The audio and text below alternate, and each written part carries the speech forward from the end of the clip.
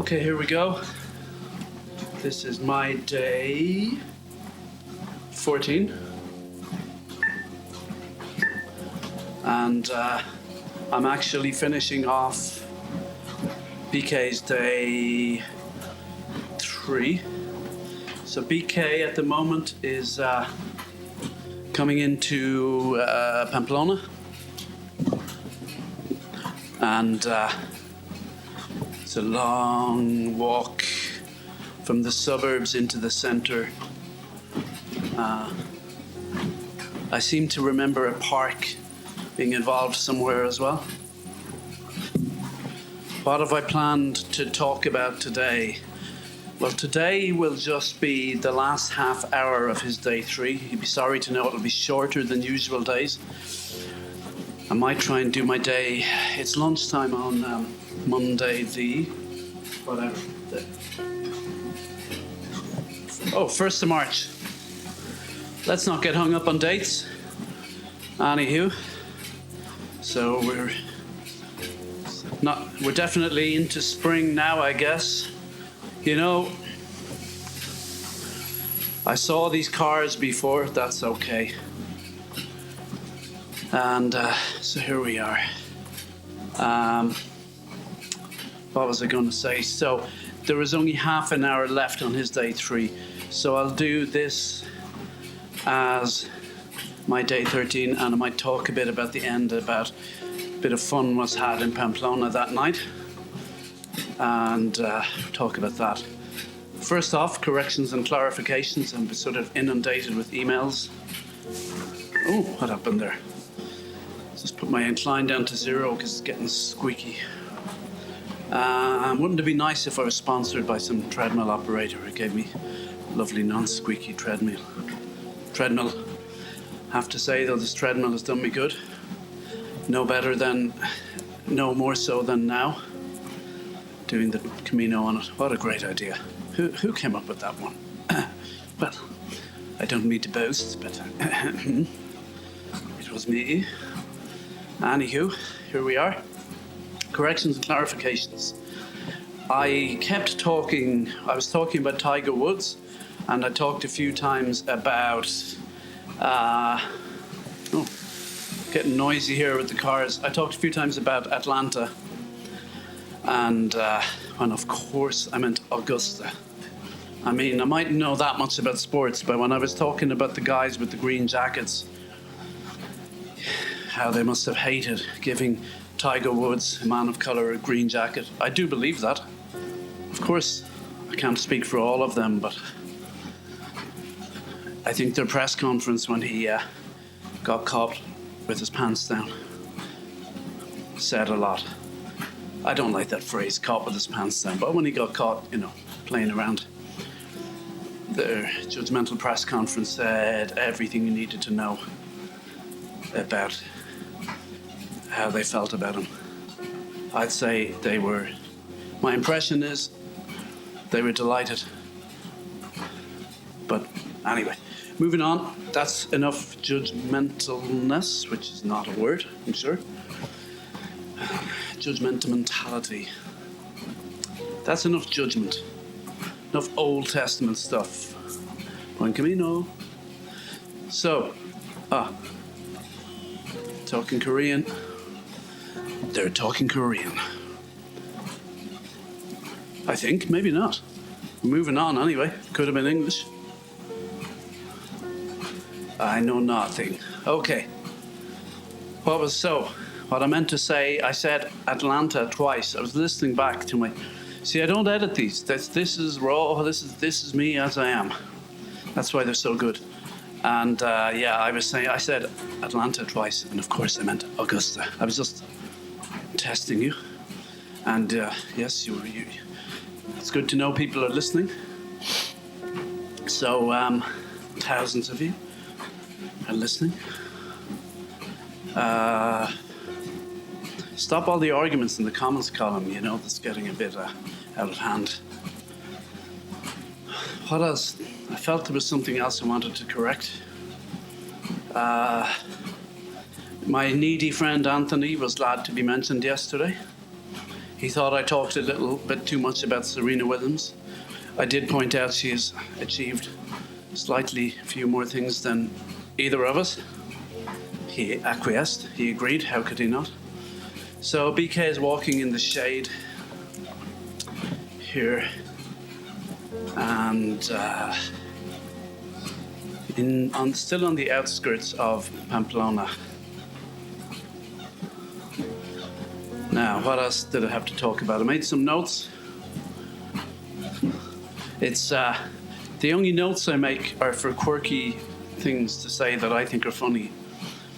And then I like in each episode where it gets a little bit serious / deep, tick is appropriate. But I can't plan that. And so I just say my quirky stuff. Sometimes things come up from the Camino that I remember that spark something interesting / deep. Nothing coming to me now. Let's look at my notes.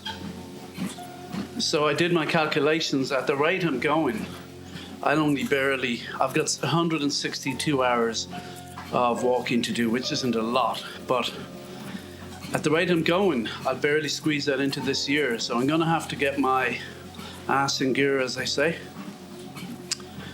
I do not want this to go beyond the year. In fact, I'd like to be done. We'll see. I'm not putting pressure on me. Okay. Let me have a look. So, at my notes. I didn't get in any further arguments on YouTube, you'd be glad to know. Everybody was telling me, back down, don't take the bait.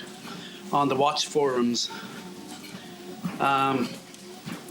So yeah, let's have a look at my chat with Anthony. I may have to edit it or censor it a bit. He was glad to be mentioned. As I said, we discussed Serena Williams being more interesting than him. Admirable is the word he used. I feel she deserves a better accolade than that, but okay. Okay, Anthony, if that's all you got. He's not a sports head, in fairness, nor am I.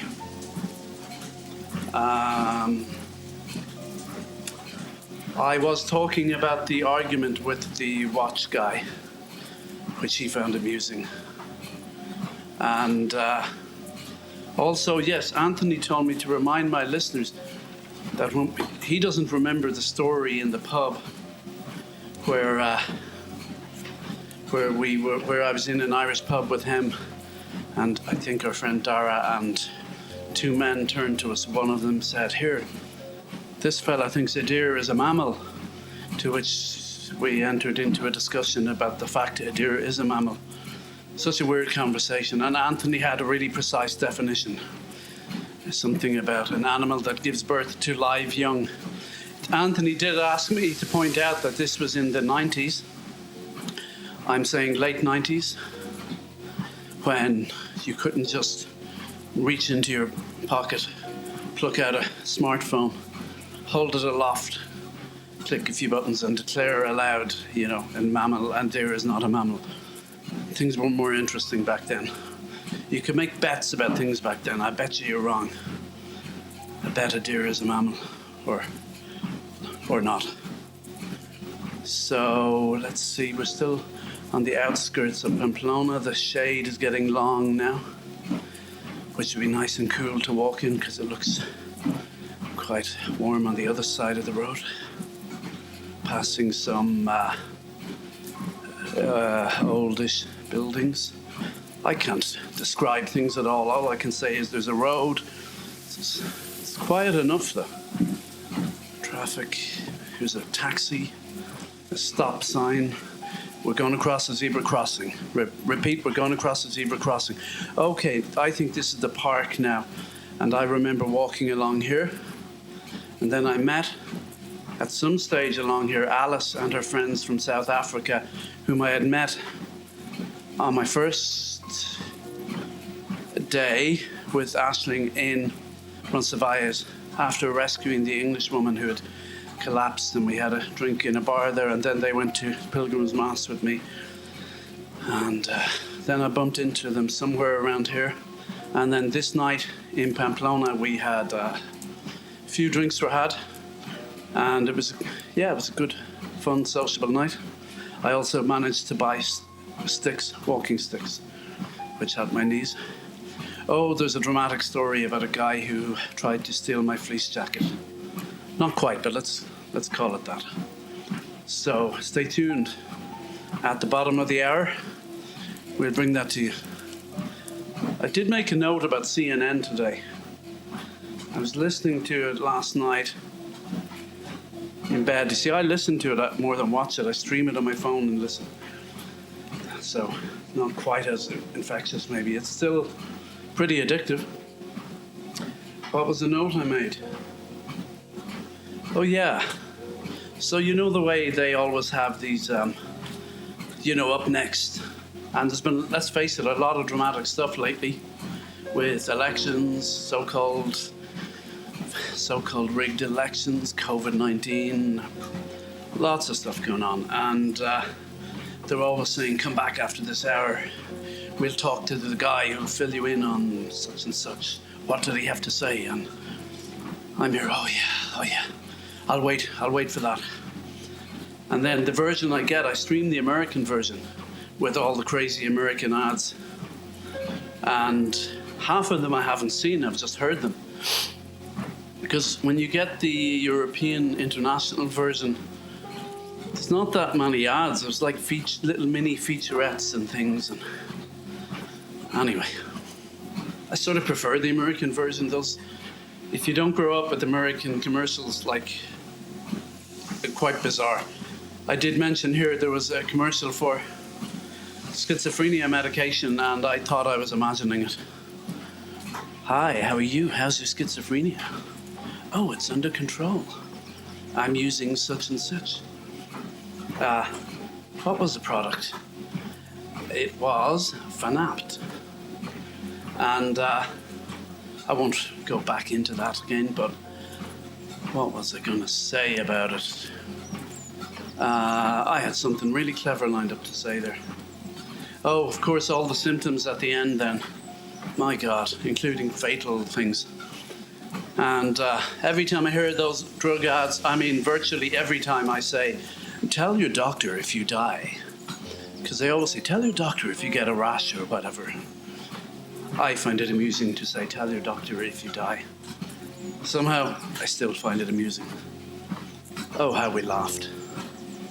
So, how I laughed when I made the joke to myself. Anyway. But I just realized, actually, I had the morning CNN on this afternoon or this noon or whatever in my office. And they go, coming up next. Coming up on CNN, more coverage. Next. They didn't even say what it was, just more coverage of general stuff. And I'm like, oh yeah, okay, I'll stay. So I'm so hooked, they don't even need to tease me with something really dramatic. They just go, coming up next, more coverage. And I'm like, yeah, I'm in. They must know that they've got me. They don't even make an effort anymore. Yeah, that must be what's happening. They're speaking Spanish. And now I'm not going to translate. What else did I have to talk about? My conversation with Anthony. Oh yeah, I was further discussing that watch guy who said I can literally do nothing without my, with this watch, which won't work below 50 meters of water. I'm going, what does this guy do? Is he a fish? And Anthony was saying, well, he probably just needs to be prepared at all times for a deluge or a flood. You know, that's, in other words, no matter what he's doing, he needs to be prepared for that. That was a good explanation. To which I replied, he must have been a Boy Scout. Be prepared. Then after a pause, I said, yeah. And Hold on, let's see what I said. I said he must be traumatized by that, which was a little risque, perhaps. And Anthony's response was funnier, of course. Let me see if I can find it. So Anthony had said, well, you never know when you may suddenly find yourself plunged into the icy depths. And he says, so it's his activities. So it's not that his activities revolve around that. He just wants to be prepared should it happen. And I said, you have a point. He's probably a former Boy Scout. And then I said the bit about, so I shouldn't traumatize him any further. Little risque. Bad taste, perhaps. But it was worth it for Anthony's response. Yes, clearly he has been through some things. Things involving being 51 meters underwater and not being able to tell the time. That's why I think Anthony has nailed it. And I'm glad I didn't pick on this guy, the guy on the watch forum on YouTube. I think that explains why he needs a watch at all times that can at all times operate under 51 meters of water, under more than 51 meters of water, should the need arise. Anthony nailed it. Thank you, Anthony. You put my mind to rest on that issue. I'm actually hungry at the moment. Let's drink some water, take my mind off it. So, I did have another idea today. I was thinking about Elvis. Oh, I got a new match on Tinder. Just saw that now. Will I look? It's probably spam. There's a lot of spam out there. It's someone with no bio. Probably spam. We'll never know. Well, we will know. I'll delve into that later. Okay. I'm now looking for... What was my other note? Let's see a short one we can talk about today. Happy clappy atheists. Still need to do some more research on that. I might ask Anthony his opinion on happy clappy atheists and then report it back to you. Legends. Oh, yeah. It's just people, I don't know, in Ireland the word legend gets used a lot nowadays and usually just involves people getting drunk and doing silly things. In the old days our legends fought wars and operas were written about them. I mean, I don't think there'll be an opera written about the drunken Irish fans at the World Cup, some of whom were described as legends. These guys on a train, drunken Irish guys. They're not like violent or nasty, but they're on a train, and an elderly French nun came by, and one of them got up and started dancing with her, and they were singing the Our Father in Irish, the Lord's Prayer in Irish, as we would have learnt in primary school. A lot of people, including prominent sort of radio personalities here, thought it was hilarious. I saw people on Twitter saying they were legends, they do us all proud, to which I replied, well, they don't do me proud. And I really don't want to sound, oh, is BK lost? He is. He's turned around. Ladies and gentlemen, he's turned around. It's official. He's using his GPS. In Pamplona, I found, when I nearly went the wrong way, a passerby would point like a local and say, no, that's the way.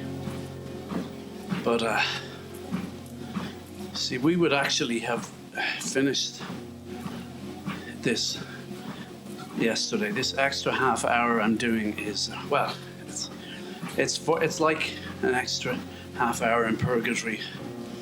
It's we're cleansing our sins just a little bit more. Okay, so, oh yeah, the Irish drunken guys dancing, forcing an elderly nun to dance while they're singing the Our Father in Irish. Apparently they're legends. I certainly wouldn't want to give them too much of a hard time, but legends? They're insulting her religion. They're not letting her pass on the train. You know, the implication was she thought it was hilarious. She had a bemused look on her face, but my friend Mike, a self-professed atheist / socialist, didn't think much of it either. So it's not just quasi-holy Joes like me. Is it quasi or quasi? We never know. So, I have to say, as the advertisement says, if Carlsberg did atheists, they'd be my friend Mike. He's a good advertisement for them. Is he a happy clappy atheist? No, he isn't. I'm pretty sure that doesn't exist. I must ask him, does he know any happy clappy atheists? Because there are Sunday worships for atheists in different cities. So I don't know, I guess they sing about science, and we'll all die and rot in the grave, and that's it. It's hard to write a happy clappy song about that, but I actually think I could do it. I'd focus on the atoms, your atoms going back into the universe, and the fact we all came from the Big Bang, you know? Like, wow, I don't know, could I do happy clappy, but you know, it's kind of mystical in my book. It's better than singing about rotting in the grave. I don't think I could write a happy clappy song about rotting, my body rotting. Although Anthony DeMello says it's something we should think about in life, because think about when your problems are really bad, imagine yourself when you're dead. It certainly puts a different perspective on these problems that we build up in our head. There's my deep bit for today. You're welcome. I need a jingle for the deep bits. Yeah, kind of happy clappy jingle. It needs to be announced, yeah, with the jingle. And now, the deep bit with lots of, I don't know, sound effects and whatnot. What's the other note? I had some note about Elvis Presley. I was a fan when I was a kid. I still am. I like, the only Elvis music I possess in my collection is, there's an Elvis record actually I bought in Russia, which would have been rip-off in the GOOM store, the state-owned store. We're talking in, this wasn't when I lived there, it's when I was in a school tour, so we're talking 88 or something. That was a collection of Elvis songs. It's got that one, train, coming round the bend. I'm going to sing Elvis now, right? No. Don't worry. I'm not that arrogant. But when we were in Russia, one of our fellow students was called Shane, so we used to sing, Shane, coming round the bend. How we laughed. But I also have some studio recordings. Actually, that could be one of them. But I got a, double CD or something. I think all that early Sun Studio stuff was so great. And I saw a documentary about this guy, some famous actor, I think, English actor, visiting Sun's studio and talking about how for That's All Right Mama, I think Elvis forgot some of the words and they probably had limited recording time. Because at the end when he's going ba-da-bee-ba-da-ba, bee-ba-da-ba, ba-ba-da-ba-da-ba-ba, ba-ba-ba-da-da. Apparently that was just him not knowing the words. Oh man, isn't that so cool? You look at all the over-manufactured stuff that's out there now. And I'm not totally against modern music, but the Elvis, and the electric guitar, both those things gave so much to popular music. And of course, all the unknown black singers who came before Elvis, unknown in white culture, or unknown who got lost in history. They gave so much. So much. Without them, there would be no Elvis, without black music. And when I was a kid, I liked Elvis. And he was in some awful movies. I don't think, because the Colonel, his boss, wouldn't let him do good roles. I'm pretty sure that he was lined up for something really good. And I think it was a Manchurian Candidate, or it might have been The Man with the Golden Arm. In other words, he was lined up for Frank Sinatra's role in one of those. We'll find out which one it is. There was something, he was lined up for a couple of good roles. Didn't take them. Would he have been as good as Sinatra? It's hard to know. I don't know if I saw him in any good roles. The Colonel just picked and chose the roles for him. So I saw some silly film where he's flying around in a plane singing, like a musical. I just saw the start of that and I was like, oh, I don't think so. But what did impress me when I was a kid was a biopic. I'm getting warm now, hold on a second. Yeah, an Elvis biopic I saw. I love those musical biopics. And they're all a bit similar, but they're great. Haven't seen one in a while. I mean, the Johnny Cash one was great. Walk the Line. Joaquin Phoenix, if I'm pronouncing that right. And people were saying at the time that was by the numbers. I don't know, I thought it was great. And it did really had that whole thing of the time he was popping pills, that period of his life. And there was a kind of double slump. I think there was a little bit of redemption, and then a slump again, and then more redemption. It wasn't just, wasn't portrayed as kind of easy, kicking the drugs. But the Elvis biopic I saw didn't go into all that, but there was the usual stuff, cutting the first record. And, I put on the fan, the noises are crazy. Oh, that's better, I think. Elvis, my favorite Elvis song, but at the time, I still love it though, was Blue Suede Shoes. Just a classic 12-bar blues. I think my dad used to play it on the piano. And I used to talk to him about it anyway. And why am I talking about that? Oh, BK is lost. He's in a back alley now. There's two muggers coming towards him. One of them has a knife. No. He is lost though, and he is in a back alley. We can only assume he lived to tell the tale. Otherwise, my whole journey here could be cut short.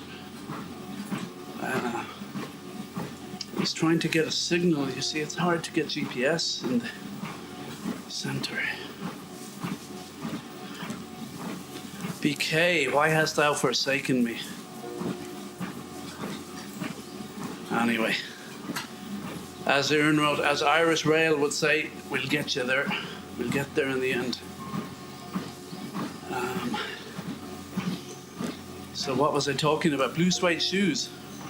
Great song, but I used to think, I don't know, have I ever seen Blue Suede Shoes? I had actually blue suede slippers. I don't know, was it real suede when I was quite young? And from Dunn Stores, which is like the Irish equivalent of Target. And I don't think if he had called the song Blue Suede Slippers, wouldn't have had the same ring. I mean, maybe if he'd grown old, he could have sort of done that, a later version, Blue Suede Slippers. I do remember thinking at the time, I mean, really Oh, church coming up here. That's, if you're on the Camino and you get near a church, you'll find, other pilgrims. You'll be redeemed. You'll find salvation therein. So I'm just thinking, like, how good were these shoes that's all he cared about? I don't buy it. So what's it? Well, it's 1 for the money, 2 for the show, 3 to get ready. Now go, go, go. Man, I don't even know what that means, but it's so cool. 3 to the ready now, go, go, go, but don't you step on my blue suede shoes. You see 12-bar blues? It's like, I'm not going to start explaining 12-bar blues. Oh, you can do anything but lay off my blue suede shoes. Nice simple chords, nice little solo, if I remember rightly. A few 7th chords. You ain't got the blues if you don't got 7th chords. Oh, he suddenly ended. Okay, the video has ended and we were looking at a map of his route. I don't know if his batteries went, but he was in Pamplona near a church, and I think a lot of the routes end at churches. So he's showing the route and the elevation as well, and a few photos. I'll keep talking for a bit and finish my Elvis story. So, where was I? Elvis, blue suede shoes.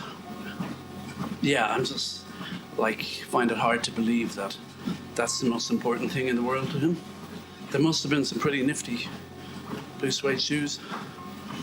So here's the line I was thinking of earlier though. You can knock me down, step on my face, slander my name all over the place. Just going to turn off my headphones here because the video is over. And rather than following the next day, I'm just going to talk a bit more and wind up. So, if most people, I hope, are listening to this, if you're watching it, there's no video. But hang in there. It's going to get good. I won't talk for too long. So, oh yeah, slander my name all over the place. I think I had to ask my dad what slander meant. And even when I think about it now, it's not a real rock and roll word, is it? Slander my name all over the place. Do anything that you want to do. But what's another bit about drain my liquor from an old fruit jar? Drain my liquor from an old fruit jar. Wasn't that what he said?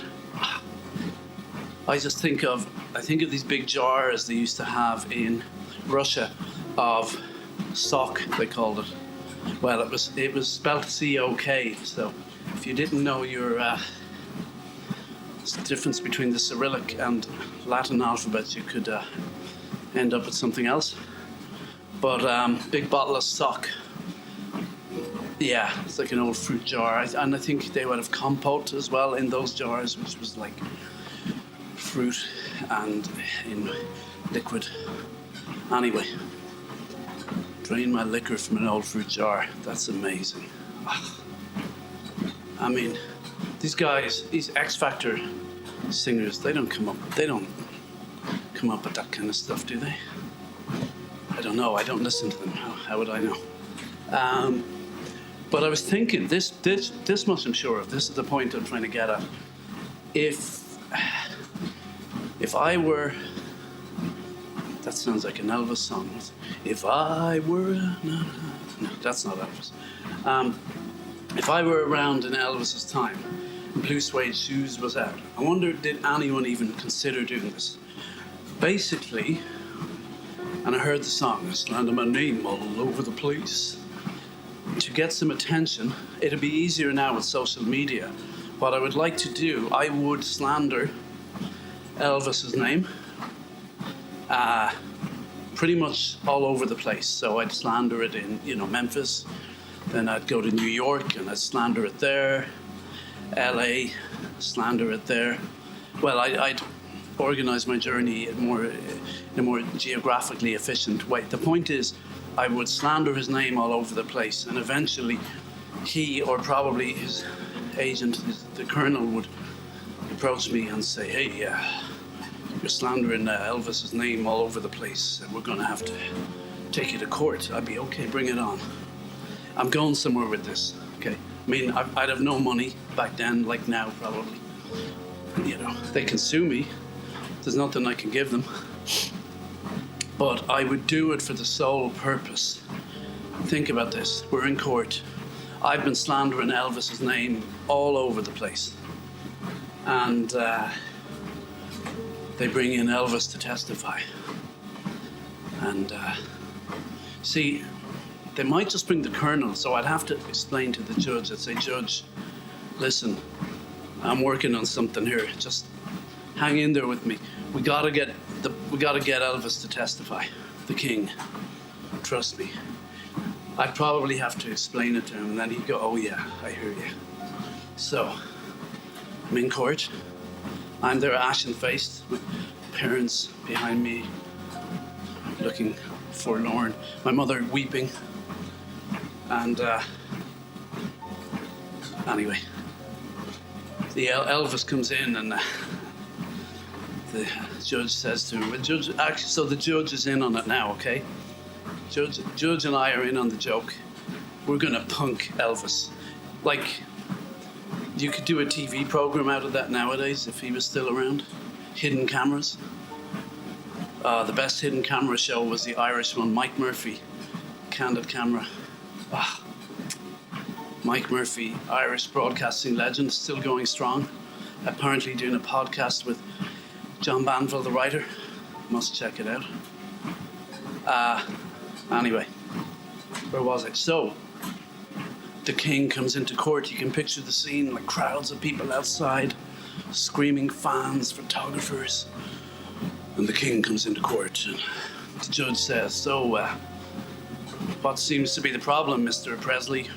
This gentleman seems to be causing you much grievance. What's he been doing? And Elvis goes, well, he's been slandering my name all over the place. That's it. That's the moment. And the whole court erupts in laughter. The judge goes, Elvis is kind of confused, looking around. And the judge goes, sorry, Mr. Presley, I didn't quite catch that. Could you repeat that, please? Winking at me as he does. And Elvis said, well, he's been slandering my name all over the place. And I just realized I haven't it all worked out. No, that would be great. But on top of that, you would to really punk him right, you'd have to also drain his liquor from an old fruit jar. Obviously, that's where he kept his liquor. So slander his name all over the place. You drain his liquor from an old fruit jar. What else do you do? One for the money, two for the show. Well, you'd have to knock him down. God, that'd be hard for me. Well, we could do it with a car. I wouldn't want to hurt him too much. I'd have to knock him down. Knock me down. Step on his face. So I'd knock him down gently with my car. Step on his face. Proceed to I'd have the fruit jar full of liquor. I'd pour that on top of him, I guess. I'd pour it into a nearby drain. Drain my liquor from an old fruit jar. Do anything you want to do. Steal his wallet, I guess, when I'm at it. That's anything I'd want to do. Get his autograph, too, while I'm at it. Do anything you want to do, but oh, baby, don't. Oh, how did I miss it? Well, he'd have to be wearing his blue suede shoes at the time, but obviously, no, I couldn't do that. No. I'm sorry. I'm just figuring this out live. I wouldn't step on his blue suede shoes. That's the whole thing. In other words, I'm actually respecting the king. So, we're in court, They list out the charges. Charge 1, draining liquor from an old fruit jar. Charge 2, slandering his name all over the place. Charge 3, stepping on his face, knocking him down. doing anything he wanted to do and all that. I need to work it out a bit more, but basically, and then it's all a big setup, and then they're saying, so the list of charges, and Elvis said, yes sir, he knocked me down, he drained my liquor from an old fruit jar, he slandered my name all over the place. And then the judge goes, yeah, but did he step on your blue suede shoes? And Elvis goes, no sir, he did not. And then suddenly he pauses and he realizes, and everybody bursts out laughing, including the king. And he just starts singing the song. Here's a 1 for the money, a 2 for the show, a 3 to get ready. Now go, go, but don't you step on my blue suede shoes. He'd sing it better than me, of course. And there'd be a guitar. The colonel would be in on it. He'd pass him a guitar. Oh wow, that would be cool. I wonder, did that happen? Probably not. I definitely, who could you do that with now? I don't know. I don't know the songs.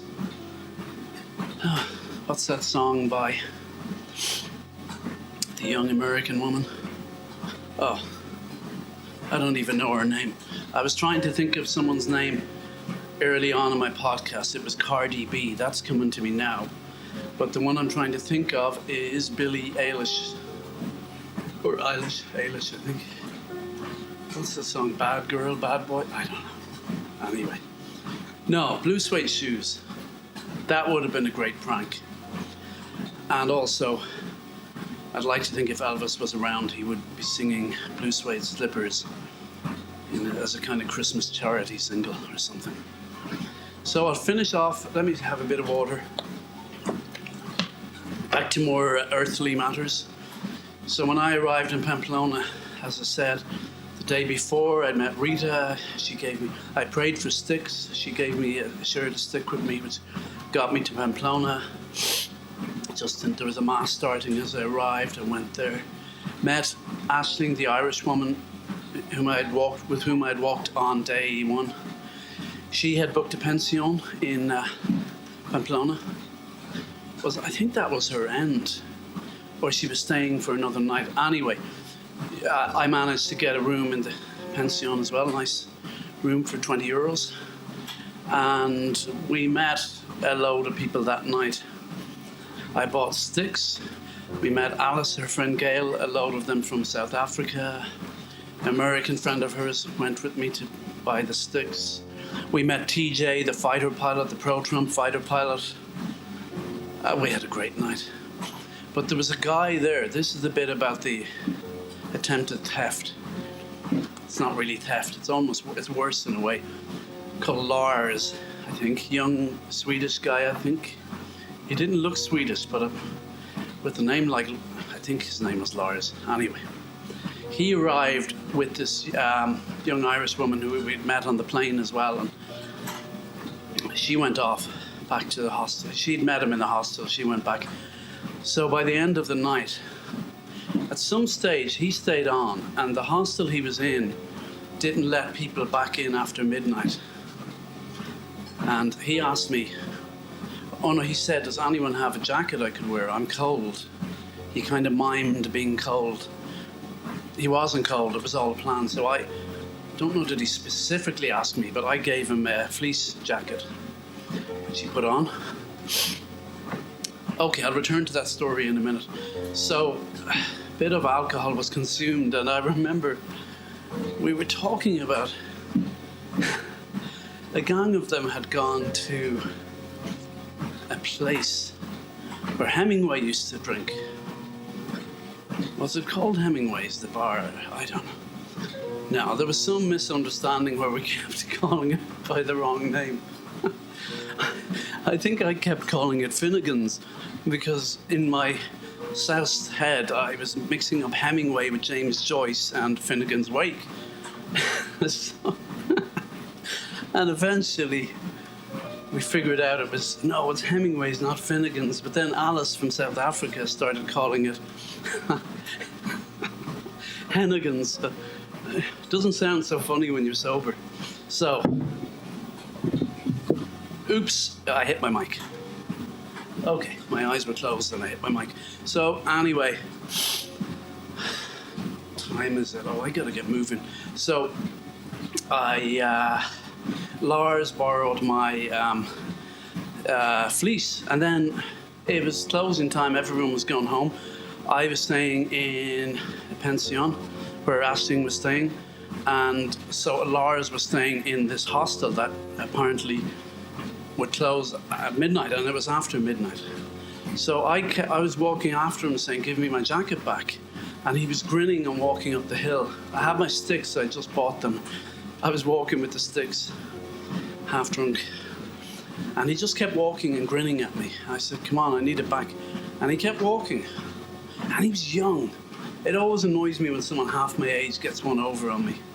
But the whole thing, it was so premeditated. He was just making us walk after him so that if he couldn't get in, then I guess he'd end up staying with us, either sharing a room with Ashling or with me. He may have had some other agenda there, I don't know. But he certainly had an agenda to cover his ass. And the whole thing with borrowing my jacket was part of it. And I see, I'm normally trusting, but I could see that was what was going on, and he was grinning.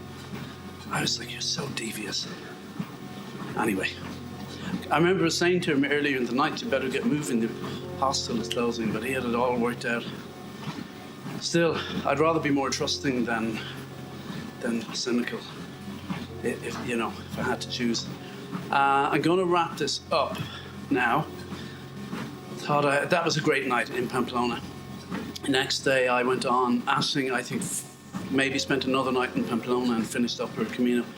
She was just doing a short stint of it. Or maybe she did a bit more to Logroño. Not sure. Either way, I went on. The next day will be interesting to talk about. I only walked 6 kilometers the next day. Met an interesting guy from New Zealand. And I only walked 6 kilometers because my knees were banjaxed, as we say here. So let's just let this treadmill lap come up to 3.2 kilometers, and which is any second now. Okay, so Buen Camino, God bless. Talk to you tomorrow, and yeah, I'm going to have to start getting my skates on with this. Okay, see you on the other side.